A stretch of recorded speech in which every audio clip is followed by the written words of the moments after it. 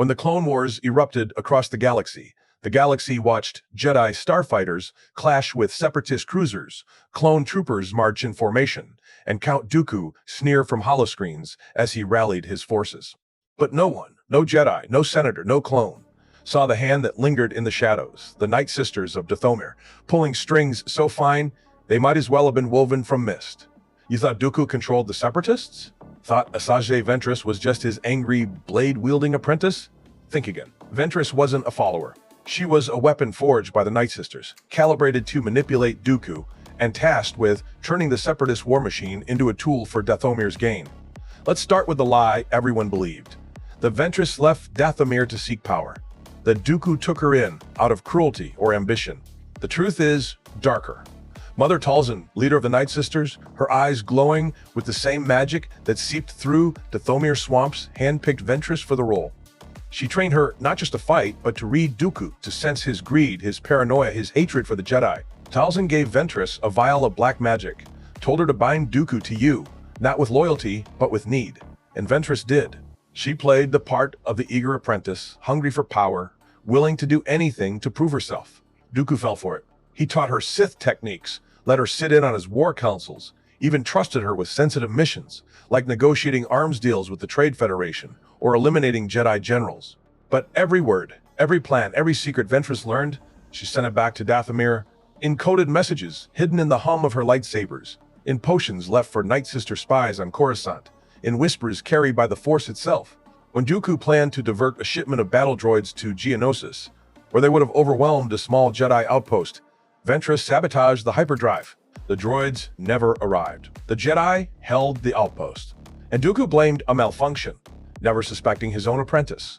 When the Separatists tried to form an alliance with the Hapes Consortium 1 that would have given them access to rare starship fuel, Ventress planted lies about Dooku's intentions in the Hapan Queen's ear.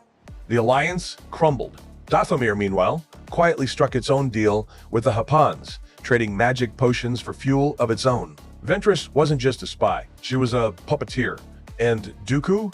He was her marionette, dancing to a tune only the Nightsisters could hear.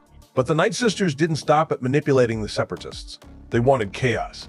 Chaos that would keep the galaxy's eyes off Dathomir. Chaos that let them harvest power from the wreckage. So they turned to assassination. Not the loud, Sith-style killings with lightsabers and force lightning. Quiet ones. Precise ones. The kind that looked like accidents. Take Senator Alara Voss of Chandrila. She'd been pushing the Republic to send a reconnaissance fleet to Dathomir, convinced the swamp world was hiding Separatist supply depots. The Nightsisters couldn't let that happen. So they sent a single operative, no name, no face, just a hood and a dagger dipped in swamp venom that mimicked the symptoms of a heart attack. The senator died in her sleep. Her died with her. The Republic never sent that fleet. No one investigated. No one connected a Chandrilan senator's death to a coven of witches in the Outer Rim. Another target, Gareth Kale, a Separatist governor on Felucia, who'd refused to share the planet's kyber shards with the Nightsisters. Kyle was known for his paranoia. He traveled with a dozen bodyguards, slept in a bunker, even had his food tested for poison. But the Nightsisters didn't use poison. They used magic. A Nightsister infiltrated his staff as a servant, slipped a tiny amulet into his quarters, carved from rancor bone, infused with a curse that made him see ghosts of his dead enemies. 3 nights later, Kale shot himself, screaming about phantoms in the walls. The Separatists labeled it a breakdown from war stress. The kyber shards? They started flowing to Dathomir within a week. These weren't random killings. They were surgical strikes, taking out anyone who threatened the Nightsisters' plans, anyone who might shine a light on their secrets. And when assassination wasn't enough, they turned to sabotage. On Ryloth, a key Separatist exploded in the dead of night, destroying thousands of blasters and crippling their ability to fight the Republic on the planet. The Separatists blamed local rebels. The rebels blamed the Jedi. But the truth was a single Nightsister who'd snuck into the depot and used her magic to ignite the fuel cells, leaving no trace, no evidence, just ash. On Coruscant, they hacked into the Republic's supply manifests, using a spell that scrambled computer codes, not a droid, and rerouted a shipment of medical supplies to a war-torn moon controlled by their allies. The Republic thought the supplies were stolen by pirates. The allies? They owed the Nightsisters a debt that would be paid in information, in resources, in blood. But for all their skill at manipulation and sabotage, the Nightsisters' most terrifying weapons weren't blades or lies. They were the dead, and the monsters they made from flesh and magic.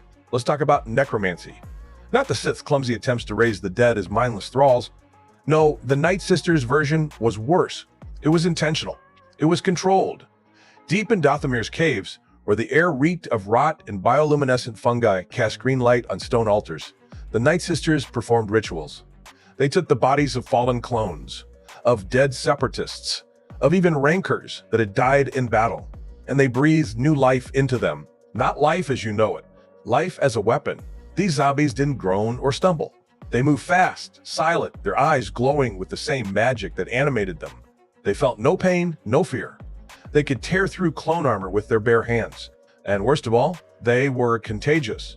A scratch from one of these night zombies would infect a clone with a toxin that turned them into a zombie too, spreading like a plague across battlefields. During the Battle of Dathomir's moon, the Republic sent 500 clones to investigate a Separatist outpost. Only 12 came back. The rest? They became part of the Nightsisters' army. The survivors spoke of dead men walking, of green light in their eyes, but the Jedi Council dismissed their stories as trauma. They couldn't accept that the Nightsisters had turned death itself into a weapon. And then there were the bioweapons. The Nightsisters didn't just raise the dead. They twisted the living. They experimented with Dathomir's native creatures, the venomous swamp vipers, the acid-spitting moss, the bacteria that ate through metal. They mixed these with their magic, creating poisons that didn't just kill, they erased. A toxin called shadow spores that, when inhaled, made Force users lose their connection to the Force. No more lightsaber skills, no more Force pushes, just a empty, helpless feeling as the spores ate away at their ability to sense the world around them. During a skirmish on Felucia, the Nightsisters slipped shadow spores into the Separatist droid coolant. They didn't care which side suffered, as long as the chaos grew. When the Jedi arrived, they found themselves unable to use the Force. The droids cut them down. The Separatists won the battle, but the Nightsisters snuck onto the battlefield afterward, collecting samples of the spores to refine, to make stronger. Another bioweapon, blood vines, seeds infused with magic that grew at an impossible rate, wrapping around soldiers and draining their life force to feed the vines. The Nightsisters planted them on a Republic supply route on Tatooine.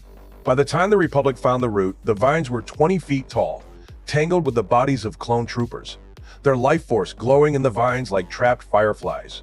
The Republic burned the vines, but the Nightsisters had already collected the seeds, ready to plant them elsewhere. This wasn't madness. This was strategy. The Nightsisters knew that the more terrifying their weapons, the more the galaxy would fear the unknown, and the less likely anyone was to investigate Dathomir. They knew that chaos was their shield. That as long as the Jedi and Separatists fought each other, they could keep building their army, refining their magic, and pulling the strings of the war. And for a time, it worked. The Clone Wars raged on. The Nightsisters grew stronger. No one saw them. No one suspected. But here's the thing about shadows. Eventually, they're cast by something. Eventually, someone looks. For the Nightsisters, that someone was Dooku. He'd started to sense Ventress's lies. Started to notice that every time his plans failed, every time his allies turned on him, there was a faint trace of Dathomir's magic in the air. He confronted Ventress. She fled. And Dooku, furious, sent General Grievous to Dathomir to burn the swamps, to kill every Nightsister, to erase their existence. The battle was brutal. The Nightsisters fought with everything they had, their zombies, their bioweapons, their magic. But Grievous's droids were too many. Mother Talzin died, sacrificing herself to save a handful of sisters. Dathomir's swamps burned. The coven was shattered. But here's the other thing about the Nightsisters. They don't stay gone. Their magic is tied to Dathomir, to the soil, to the swamp, to the very dark side itself. The ones who survived fled to the edges of the galaxy, taking their secrets with them. The zombies? They went into hibernation, buried in the ash of the swamps, waiting for someone to wake them. The bioweapons?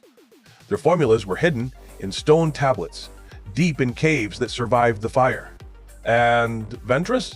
She wandered the galaxy, carrying the Nightsisters' legacy, their rage, their magic, their hunger for revenge. So, when you think of the Clone Wars, don't just think of Jedi and droids. Think of the shadows. Think of the Nightsisters, manipulating Dooku from the inside. Think of the quiet assassinations, the sabotage depots, the zombies that walk the battlefields. Think of the bioweapons that could erase the Force, that could turn the living into fuel. Because they were there. They were watching. They were pulling the strings. And even though Dathomir burned, even though their coven fell, they're not done. The shadows always come back. And the Nightsisters, they are the shadows.